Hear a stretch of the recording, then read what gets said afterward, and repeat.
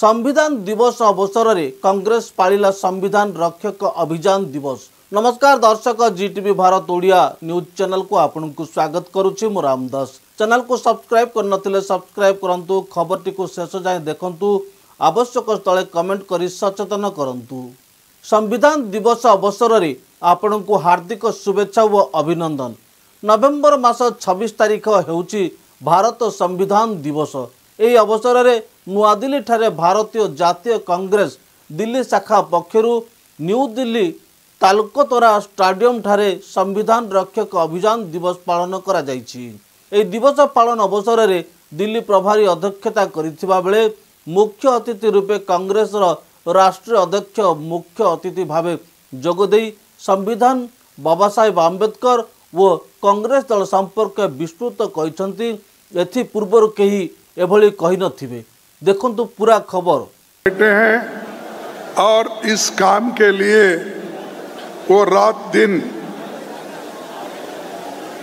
संविधान रक्षक अभियान के कार्यक्रम में वो अपना योगदान दे रहे हैं।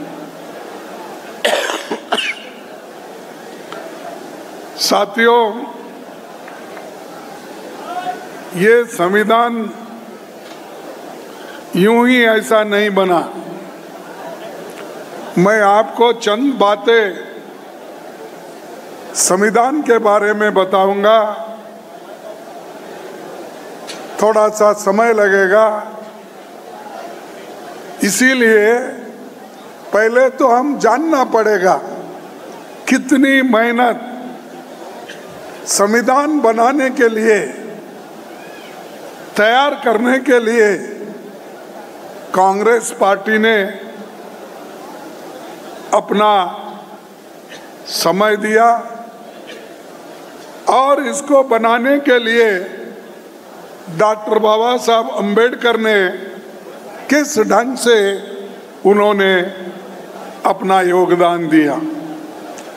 ये समझना इसलिए जरूरी है कि बहुत से लोग ये समझते हैं कि संविधान बड़े आसानी से बना है। संविधान आसानी से नहीं बना। संविधान एक कॉन्स्टिट्यूएंट असेंबली में जो लोग थे वो रात दिन चर्चा करके हर क्लॉज बाय क्लॉज उसके ऊपर चर्चा करने के बाद बाबा साहब अम्बेडकर हर क्लॉज का उत्तर देते गए, तब ये संविधान अच्छा बना। लेकिन इतने अच्छे बनने के बाद चंद लोग संविधान की तारीफ तो करते हैं और संविधान की तारीफ ऊपर करते हैं, उसको नमन करते हैं और इतनी भाव भक्ति बाहर दिखाते हैं, उतना ही संविधान को वो अंदर से काट दे रहे हैं। कि 18वीं लोकसभा का चुनाव संविधान को बचाने के लिए राहुल गांधी जी के नेतृत्व में चला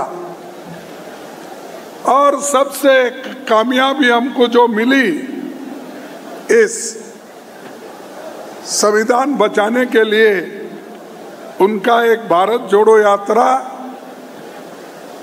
और दूसरा लोकतंत्र को बचाने के लिए सभी SC, STs, backwards, minorities, intellectuals, ये सब आगे आ गए। इसीलिए हम मोदी जी को रोक पाए, नहीं तो मोदी जी डिक्टेटर बनते थे। आज उनको मेजॉरिटी नहीं है, वो माइनॉरिटी गवर्नमेंट है आज की। एक टांग उन्होंने टीडीपी चंद्रबाबू नायडू की लगा ली है, एक टांग उन्होंने हमारे बिहार के चीफ मिनिस्टर, क्या नाम,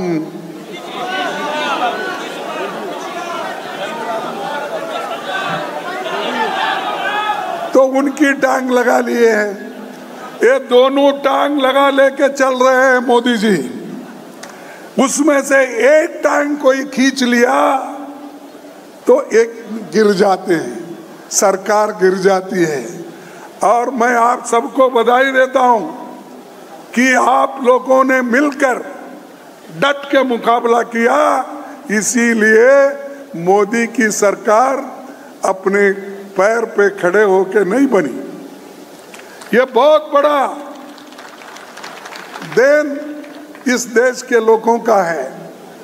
अगर उनको 300 पार 400 पार ये जो कहते थे, अरे भाई 400 तो छोड़ो, आपको कुल मिले हैं 240। अगर हमारे लोग और थोड़ा धक्का लगा देते तो उन्होंने 200 के नीचे ही आते थे और आज सरकार नहीं बनती थी। लेकिन ये लोग हमको डराते हैं। जिनको संविधान का फायदा हुआ, जिनको संविधान से सब कुछ मिला, वो लोग हमको ये कहते हैं सब कुछ हमने बनाया, और सुबह शाम तक देश का काम करने का छोड़ के ये गांधी फैमिली, वो गांधी फैमिली के कोई लोग 1989 से कोई चीफ मिनिस्टर बना, कोई प्रधानमंत्री बना, कोई मिनिस्टर बना, कुछ भी नहीं, फिर भी उनको गालियां देते। ये कमजोरी बीजेपी की है, ये कमजोरी मोदी की है। उनके पास वो इतना डरते हैं गांधी का नाम लेते ही, क्योंकि राहुल गांधी जी जो है वो बोलते हैं। इसीलिए आज और एक डर उनमें पैदा हुआ, वो है जातीय जनगणना। जाति जनगणना अगर हुआ तो सब लोग अपना अपना हिस्सा मांगेंगे, तब मोदी जी परेशान होके फिर अहमदाबाद चले जाएंगे।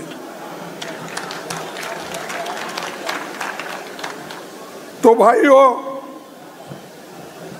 संविधान इतनी मजबूत बनी, इसको कोई फिलहाल छेड़छाड़ नहीं कर सकता। और अगर कोई छूने गया तो निश्चित रूप से वो कहीं अधिकार में भी नहीं रहेंगे, वो लोगों से दूर हो जाएंगे। और संविधान सभा ने इतनी मजबूती के साथ ये संविधान बनाई, जिसमें स्वतंत्रता, समानता, न्याय, मानवीय गरिमा, लोकतंत्र के मूल्य है। वे आजादी के लड़ाई में लड़ रहे थे। आज जो संविधान कमजोर कर रहे हैं, इनके पुरखे अंग्रेजी पुलिस के इन्फॉर्मर थे। ये लड़ाई तो नहीं लड़े, आजादी की लड़ाई नहीं लड़े, ये सिर्फ सरकारी नौकरी ढूंढते हुए फिर रहे थे। सब वही ठीक है भाई, मैं मेरी भाषा में बोल रहा हूँ, तुम तुम्हारी भाषा में बोल रहे, तो फिर रहे थे। कोई क्लर्क की नौकरी ढूंढ रहा था, कोई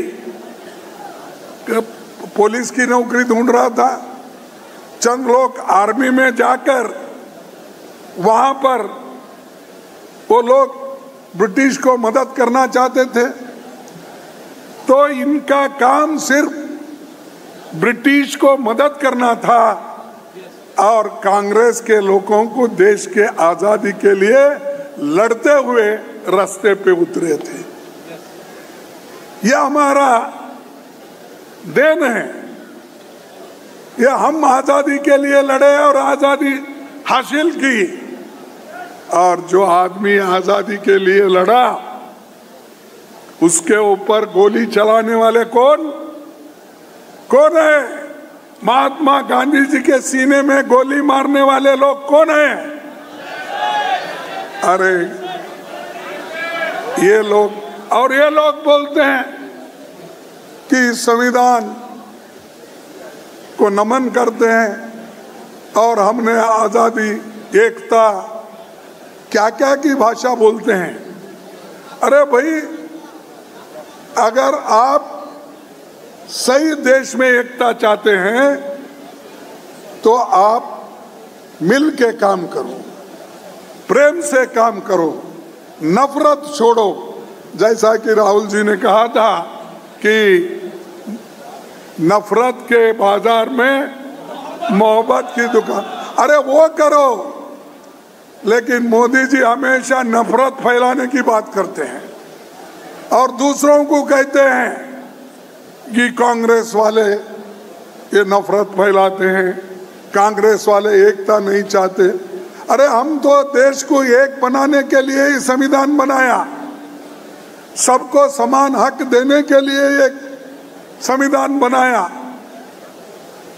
एक जमाने में ये लोग अपना स्त्रियों को, महिलाओं को वोटिंग अधिकार देना नहीं चाहते थे। और आप अगर मनुस्मृति पढ़ेंगे उसमें शूद्र और महिला को कोई अधिकार नहीं था और बोलते थे अरे वो तो तांडन के अवतारी है, क्या है ऐसा, ये बोलते थे, उनको नहीं देते थे। लेकिन संविधान महिलाओं को अधिकार दिया, 18 साल के ऊपर के बच्चों को अधिकार दिया और सब लोगों को अडल्ट फ्रेंचाइज का हक देकर आज इस देश का आजादी और देश का जो आज ये बना, सरकार बना है, इस तत्वों के ऊपर बना है, सबको साथ लेके बना है। इनके स्लोगन सिर्फ 2 है, सबका साथ, सबका विकास, बाकियों का सत्यानाश। हाँ, क्योंकि अरे महिलाओं को वोट हम दे रहे हैं और तुम 3000 4000 साल के बाद अगर करते हो उसमें तो कुछ नहीं है, ना शूद्र को नहीं है, ना बैकवर्ड को नहीं है, ना महिला को नहीं है। फिर ये कैसी समानता तुम्हारी थी? और जब मैं पार्लियामेंट में बहुत सी बातें सुनता हूँ और बाहर भी जब सुनता हूँ, समानता की बात करते हैं, देश को एक रखना है, क्या हम तोड़ना चाहते हैं? अरे देश को एक रखने के लिए तो इंदिरा गांधी जी अपनी जान दी क्या नहीं? हमारे राजीव गांधी जी, उनका कुर्बानी हुआ, उन्होंने जान दिया कई के लिए, देश एक रखने के लिए। और आपके पास कौन दिया? आपके बीजेपी में और आपके जो लोग हैं आरएसएस के, ये लोग देश के लिए इनकी कुछ देर नहीं है और देश के लिए इनके घर में एक छोटा सा कोई, मैं अगर बोलूं तो वही बहुत बड़ा बात हो जाएगा, कोई मरा भी नहीं है, देश के लिए कोई मरा नहीं है। अरे यहाँ तो लाखों लोग सड़क पर आकर गोलियां खाए, अपना घर छोड़े, बीवी बच्चों को छोड़ के आकर आजादी के लिए लड़े। और आप जो कुर्सी पे बैठे ना, वो हमारी देन है, हम और हमारे संविधान की। और हमको ही बोलते हो कि क्या किया कांग्रेस ने, पहले 70 साल में क्या किया बोलते थे, हम छोड़ दिए, 55 साल में क्या किए ये बात बोलते हैं। अरे हमने तो बहुत कुछ किया, तुम आए लूट के खा रहे हो, अदानी अंबानी ऐसे लोगों को दे रहे हो।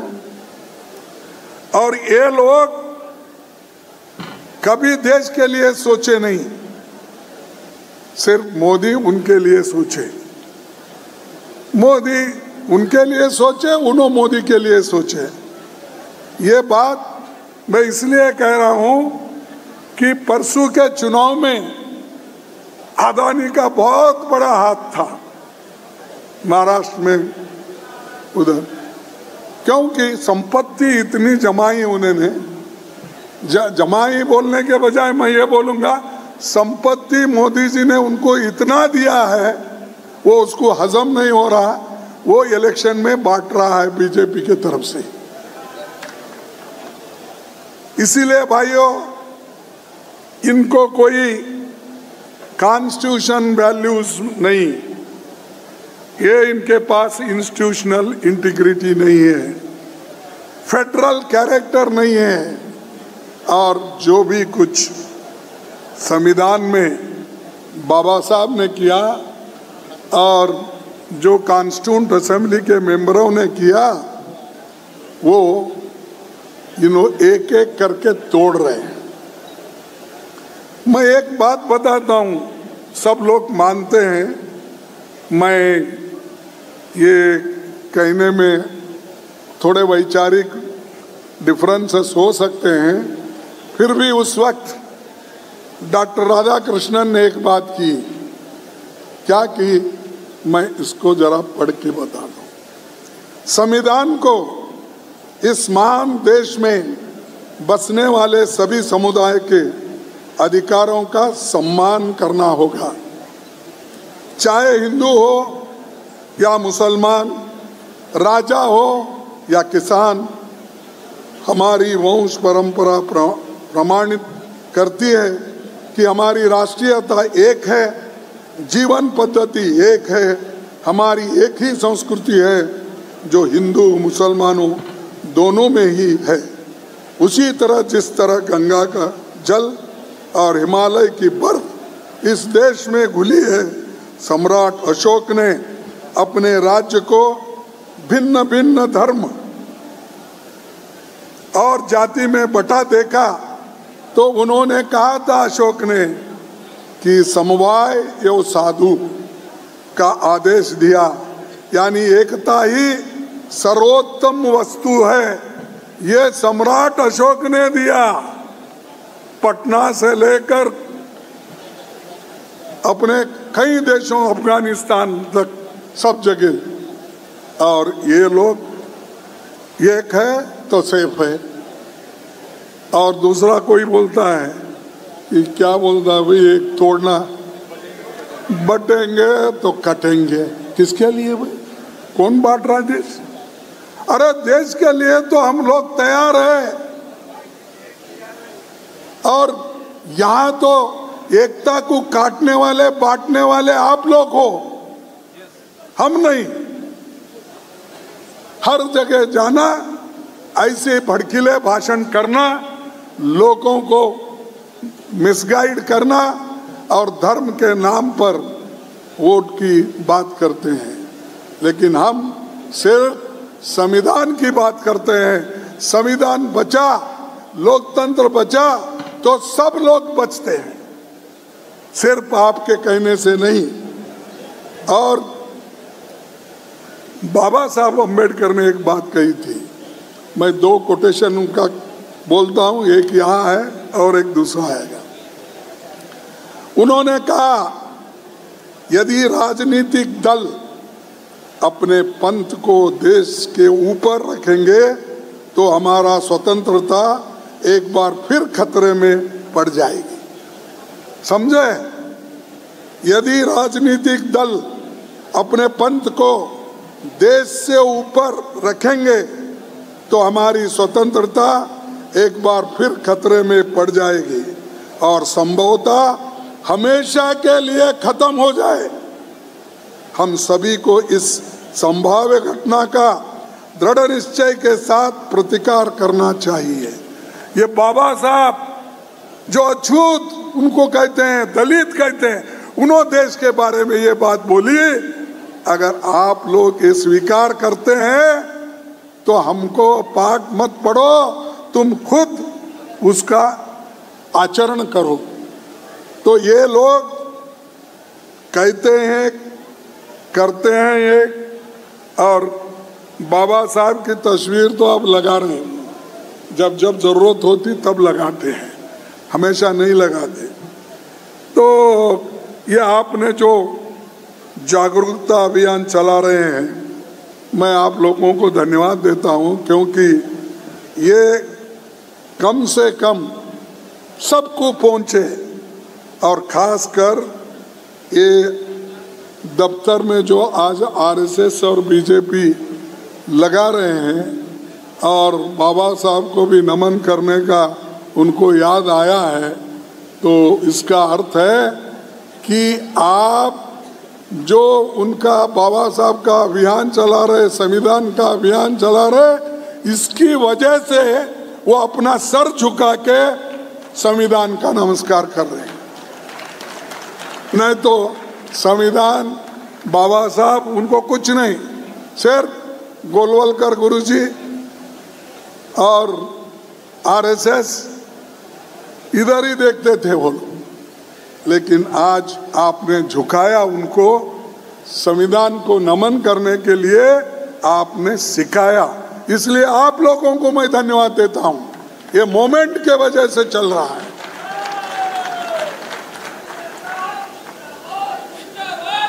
और एक बात, संविधान के बारे में तो वो वहाँ यहाँ बोलते हैं, लेकिन जिस वक्त संविधान बनी और संविधान का अडॉप्शन हुआ, उस वक्त क्या कहा आरएसएस ने? संविधान वेस्टर्न सभ्यता के अनुसार है, इसे मनुस्मृति पर आधारित होना चाहिए। फिर एक बार पढ़ो, आरएसएस ने कहा था संविधान वेस्टर्न सभ्यता के अनुसार है, इसे मनुस्मृति पर आधारित होना चाहिए। ये लोग उस वक्त कहे, आज मुझे आज ताजुब लगा, मैं किसी भाषा का क्रिटिसाइज नहीं करता, हर भाषा के लिए हम लोग सम्मान करते हैं, लेकिन आज हमको और राहुल गांधी जी के हाथ में संस्कृत का कॉन्स्टिट्यूशन मिला। कॉन्स्टिट्यूशन संस्कृत में बना। अरे भाई, आपका मनुस्मृति तो यह कहता है कि अगर अछूत लोग, गरीब लोग, दलित लोग संस्कृत पढ़े या उसका उच्चारण किए, उनका जीव काटो। ये है क्या नहीं? आप देख लो, उनका जीव काटो। अगर सुने संस्कृत तो उसके कान में शीशा डालो गरम करके। अरे ये उसमें लिखा, वो लाके हमको बता रहे। अरे संविधान जो बाबा साहब अम्बेडकर ने बनाया है, सरल और सबको समझने वाली, वो जनता के सामने रखो हाथ। हमारे डायस पे बैठे थे हम लोग, उसमें कितने लोगों को संस्कृत आता था मुझे मालूम नहीं। तो ऐसी चीजें लाते हो और ये लोगों को, और इसका आरएसएस के जो एक पेपर है ऑर्गेनाइजर, 30 नवंबर 1949 को अपने एडिटोरियल इसमें लिखा। क्या लिखा? संविधान आने के बाद यह लिखा, भारत के इस नए संविधान की सबसे बुरी बात यह है कि इसमें भारतीय कुछ भी नहीं है। अगर इसमें भारतीय कुछ भी नहीं है तो मोदी जी, आपके लोग ने जो कहा, तो आपसे संविधान दिवस क्यों मना रहे हो? भारत के इस नए संविधान की सबसे बुरी बात यह है कि इसमें भारतीय कुछ भी नहीं है। प्राचीन भारत के अद्भुत संवैधानिक विकास के बारे में इसमें कोई जिक्र ही नहीं है, और ये मनुस्मृति के जो आज तक मनुस्मृति में दर्ज मनु के कानून दुनिया की प्रशंसा के कारण है, क्योंकि इनको मंदिर के बाहर रखो, घर के बाहर रखो, पानी पीने से दूर रखो, शिक्षण से वंचित करो, ये था। तो ये कहते हैं आरएसएस के लोग अपने ऑर्गेनाइजर पेपर में लिखते हैं कानून दुनिया की प्रशंसा का कारण है और वे स्वयं स्फूर्तित, आज्ञाकारित और अनुरूपता पैदा करते हैं। हमारे संवैधानिक विशेषज्ञों के लिए ये सब निरर्थक है। तो जो संविधान का अपमान करते हुए और मनुस्मृति का वो उसकी स्तुति करते हैं, क्या ये लोगों को मानना चाहिए? ये लोग ढोंगी है, इसी से बताता है। और बड़ी बड़ी भाषण तो करते हैं हमारे प्राइम मिनिस्टर, पर इसका खंडन क्यों नहीं करते? ये अच्छा नहीं है और आरएसएस को बोलना चाहिए हमारे लोग गलती किए। मैं इसमें हिस्सा नहीं लेता, मैं सिर्फ बाबा साहब अम्बेडकर का भक्त हूँ, उसी को मैं विश्वास में रखकर काम कर रहा हूँ।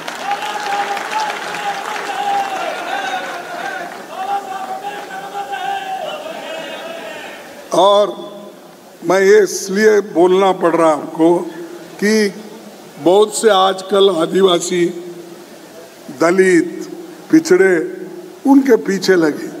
अरे भाई, छोटा मोटा कोई कंसेशन मिलता होगा, लेकिन अपने स्वाभिमान को बेचकर आप सिर्फ छोटे मोटे कंसेशन को उनके पीछे जाते हो और उनकी मंशा ये है जो मैंने बताया।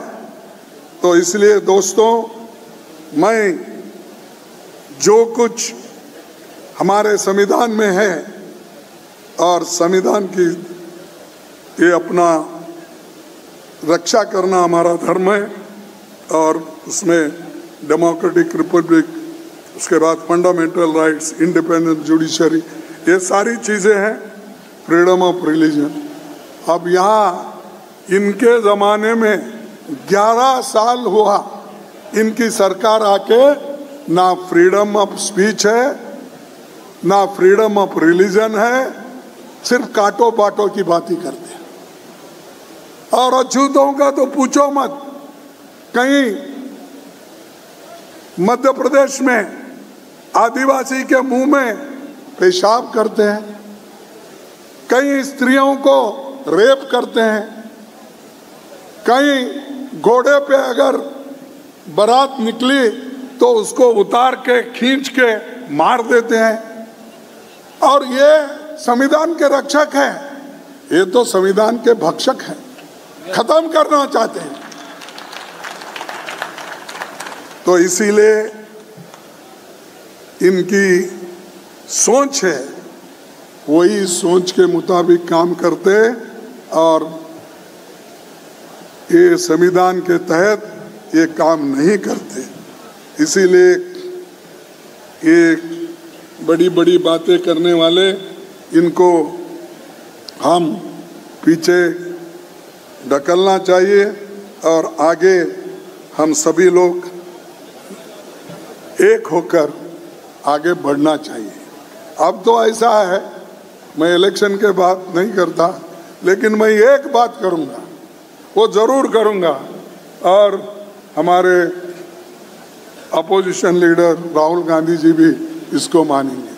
अरे हमारा सब जितनी भी शक्ति लगा के SC, ST, OBC, गरीब तबके के लोग, छोटे कम्युनिटी के लोग, ये लोग जो अपना वोट दे रहे हैं, वो वोट फजूल जा रहा है। नहीं, वो EM छोड़ दो, हमको EM PVM कुछ नहीं, हमको होना बैलेट पेपर पे वोट, बस।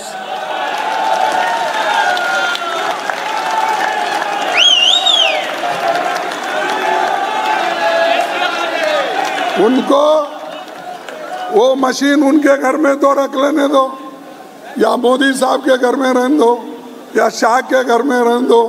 अगर किसी गोडाउन में, अहमदाबाद में बहुत से गोडाउन बने हैं, वहां ले जाके रख लेने दो, हमको बस पेपर पे करो। और आपको मालूम होगा उस वक्त तुम्हारी हालत क्या है, कहां खड़े हो, उस वक्त आपको मालूम होगा। तो मैं ये अपने पार्टी के तरफ से एक मुहिम शुरू करना चाहिए। सभी लोगों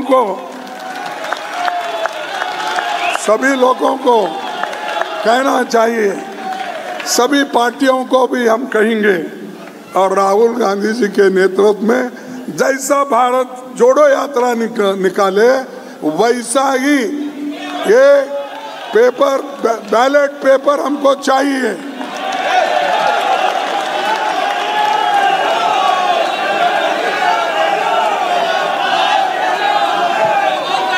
अब आखिरी 2-3 बातें मैं आपको कह के मैं खत्म करता हूं।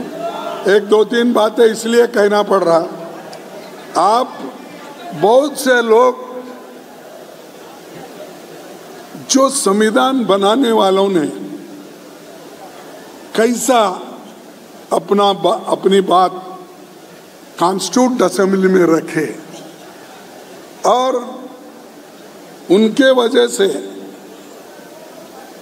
आज हमको जो हक मिला है तो वो सोचना जरूरी है। डॉक्टर बाबा साहब अम्बेडकर ने ये कहा था, I came into the Constituent Assembly with no greater aspiration than to safeguard the interest of the scheduled caste, scheduled tribes. I had not the remotest idea that I would be called upon to undertake more responsible functions. I was therefore greatly surprised when the Assembly elected me to the drafting committee. ये बाबा साहब के word है। कौन elect किए? Constituent assembly ने elect किया, जिसमें कांग्रेस की बहुमत थी और कांग्रेस के वजह से बने। I was more than surprised when drafting committee elected me to be its chairman. There were in the drafting committee many competent people. I am grateful to the Constituent Assembly and the drafting committee for reposing in me so much trust and confidence, and to have chosen me as their instrument and given me this opportunity of serving the country. ये बाबा साहब अम्बेडकर ने बोला, वहाँ एक member के नाते वो जाना चाहते थे, लेकिन उनके विचारों को देखकर उनको ड्राफ्टिंग कमेटी का चेयरमैन कांग्रेस ने बनाया। ये बोलना चाहिए, नहीं तो अकेले बाबा साहब अम्बेडकर नहीं बनते थे। जो हम देवता उनको मानते हैं, वो देवता नहीं बन सकते थे, क्योंकि कांग्रेस ने सब कुछ मदद की और आज हमारा संविधान बना, और संविधान के वजह से हम सब लोग यहाँ वहाँ उधर इधर बैठ रहे हैं। अब हो सकता है जैसा कि राहुल जी ने कहा कि बड़े बड़े हुद्दों पे तो हम नहीं हैं। अब बड़े बड़े हुद्दे कब मिलते हैं? जैसा इंदिरा गांधी जी की हुकूमत आएगी, जैसा हमारे पंडित जवाहरलाल नेहरू जी की हुकूमत थी, वैसा अगर फिर से आएगा आपके नेतृत्व में, तब यह सब कुछ बनेगा, तब कुछ बनेगा।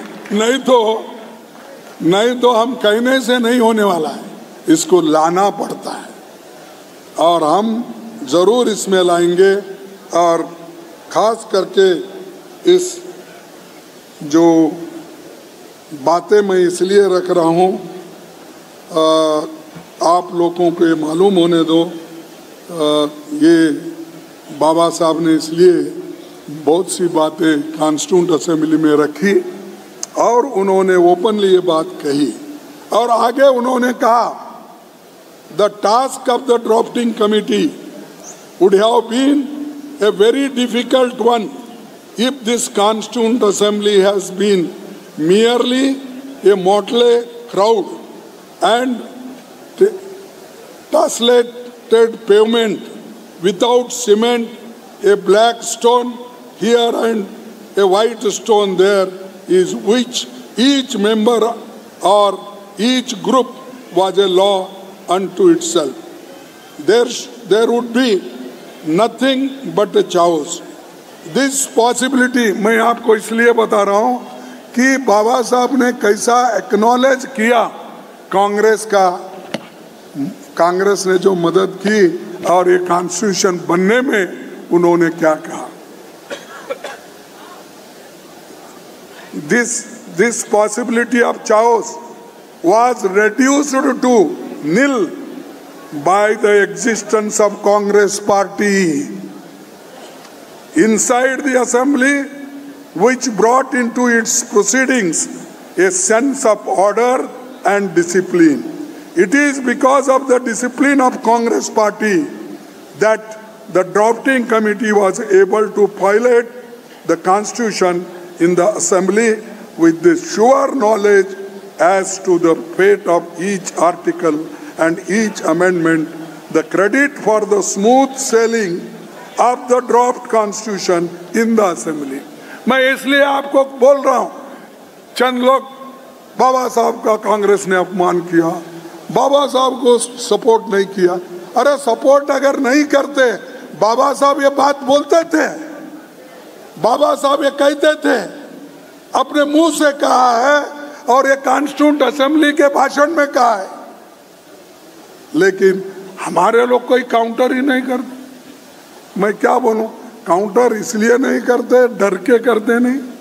अरे तुम्हारे हकूक के लिए जिस इंसान ने अपना पूरा जिंदगी दिया, उन्होंने जो कहा उसके बारे में भी आप नहीं बोलते.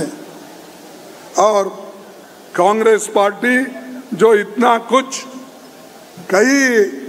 करी, उनको भी आज लोग सबको एक गुमराह कर रही है. भाइयों, मैं ज़्यादा वक्त आपका लेना नहीं चाहता, क्योंकि बाबा साहब अम्बेडकर को इवन त्यागपत्र देने के बाद भी फिर उनको पार्लियामेंट में अगर किसी ने लाया, वो कांग्रेस ने लाया. डॉक्टर जय कुमार बॉम्बे के राज्यसभा मेंबर थे, उनको नेहरू जी ने कहा कि भाई डॉक्टर अंबेडकर को हमको सदन में लाना है, आप रिसिग्नेशन दो और आपके जगह पे डॉक्टर बाबा साहब अंबेडकर को लाएंगे. उन्होंने लाया